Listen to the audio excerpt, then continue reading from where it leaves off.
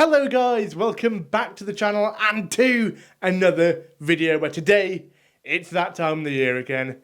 It is time for my Northern Premier League West Division predictions for the 2025-26 season. Let's go. In 22nd place, we've got Shawtown. Shawtown can count themselves incredibly lucky to still be at step 4 this season after they were reprieved from relegation after finishing 19th last campaign. They've been plagued by off-field issues since their promotion last year, even being suspended by the league due to failing to comply with financial fair play rules, with players even going public to report that they've yet to be paid their end-of-season wages. If these issues persist, I've got a feeling it'll be a long season for Town, and I wouldn't be surprised to see them cut adrift at the bottom of the league come the end of April. In 21st, I've got Lower Breck. I really don't want to have to put Lower Breck this far down the league, as they're a great little club who did incredibly well to get promoted via the playoffs from the North West Counties last season, matching Bury right up until the final day of the season, finishing on 106 points. Sadly though, given the level of competition in the league and the size of Lower Breck compared to some of the other established Step 4 sides around them, I can unfortunately see them going back down. I really do hope I'm proved wrong with this one, as I and many other neutrals I'm sure will be rooting for them. In 20th, it's Shawtown Town. This is going to be a bit of a lazy pick, considering Shawtown Town have just been promoted from the Midland Premier Division via the playoffs, and I'm more than likely going to get proven wrong here, but 4 teams have to go down, and someone's got to go there. In 19th, it's Kidsgrove Athletic. The Grove have had 2 lucky escapes in recent years, finishing 1 place above the relegation zone in each of the last 2 seasons, but unfortunately, I don't think they'll be as lucky this time around, and I can see them taking the last relegation spot. It's a shame because I really do like Kidsgrove as a club, especially their fans who are always great when they come to Clitheroe, but I can just see the last couple of years catching up with them. In 18th, we've got Mosley. Mosley have been on a slow decline for a couple of years now, with 15th and 13th place finishes in the league after a few years of consistently challenging for the playoffs. With manager David Fish now having departed the Lily-Whites, I can see that trend continuing with another disappointing season potentially on the horizon at Seal Park. In 17th, it's Newcastle Town. I've predicted Newcastle Town to go down every single year since I started doing my predictions, and they continue to prove me wrong. So this year, I'm giving them a chance. Come on, Newcastle, don't let me down. I'm putting my faith in you here.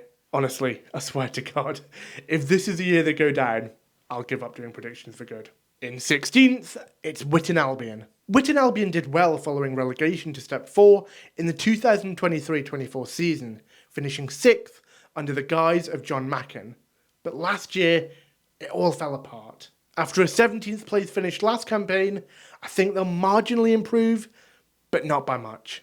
In 15th, it's Darin Town. I've got to be honest with you guys, I don't really know much about Darin Town, so it's hard to say where they'll finish with any real confidence. They had an impressive 7th place finish in the Midland Division in what was their first season at Step 4 following promotion, but after being laterally moved to what I believe is a much stronger West Division, I think the citizens will struggle to replicate the highs of last campaign and will find themselves in lower mid-table. In 14th, we've got Bootle. I want to put Bootle higher in the table, but my gut is telling me that they'll struggle to improve on last season. The Bucks really fell below expectations last season, and while I don't think they'll be looking over their shoulder quite as much as they were in the previous campaign, I don't think they'll be anywhere near challenging for the playoffs as they have done in years gone by. In 13th, it's Stafford Rangers. After a poor start to the season, Stafford Rangers recovered well to finish mid-table. I think it'll be a similar story in terms of league position for Stafford, minus the early relegation fears. In 12th, I've got Avro. Avro have made a risky move appointing Grant Shenton as their new manager, who, whilst a great goalkeeper, is still inexperienced in the dugout. I've got a feeling that inexperience will show at times this season, with Avro dropping off slightly into mid-table. In 11th, it's Trafford. Trafford looked to be a really strong side, sitting in and around the playoffs for the first half of the season. Ultimately though, falling away into 9th. I think it'll be another inconsistent year yet again for Trafford, especially with the loss of last season's top goal scorer, Rio Clegg. But the experience of Carl Marginson will guide them to a comfortable mid-table finish. In 10th, I've got Sporting Khalsa. Like Darlaston and Shifnal, I really don't know a great deal about Sporting Khalsa. They finished just outside the playoffs in 6th last season in the Midland Division, with mixed results in seasons prior ranging from 4th to 12th. Given the strength of the Northern Premier League West compared to the Midlands though, I think they'll average out around 10th, but equally I wouldn't be surprised if they're pushing for the playoffs. In 9th, I've got Staley Celtic. After consecutive 6th place finishes since their relegation, it'd be easy for me to put the Celts in the same spot again this year. But, while I rate John Mackin as a manager, I think the disappointment of just missing out on the playoffs 2 years in a row will hurt them, and I can see them slipping out of contention and into upper mid-table. In 8th, we've got Nantwich Town. At this point in the predictions, anyone from 8th up to 3rd I think could be interchangeable. I think we'll see a really tight race for the playoffs, potentially even going down to the last day.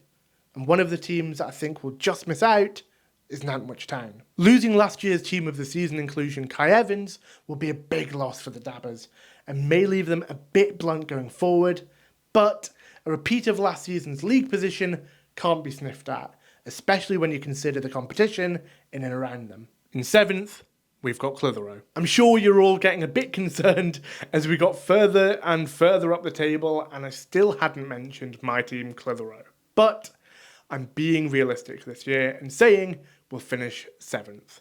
Even after what was a below par campaign last time out, we still managed to better our points tally from the 23-24 season despite a lower league position. That speaks to just how tightly congested the league was and no doubt will be again this season in mid-table. Looking ahead to how I think we'll get on this time around, I've been really impressed with how Sean McConville has managed an incredibly young squad since he took over in December.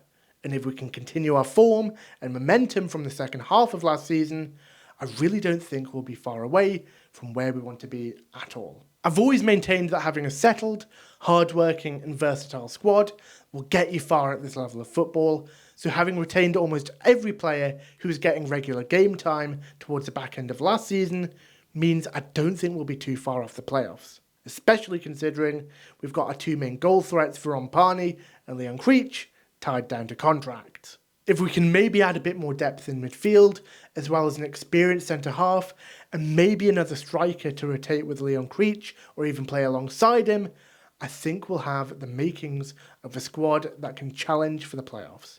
But until those players come through the door, I can't realistically predict us to finish any higher than 7th.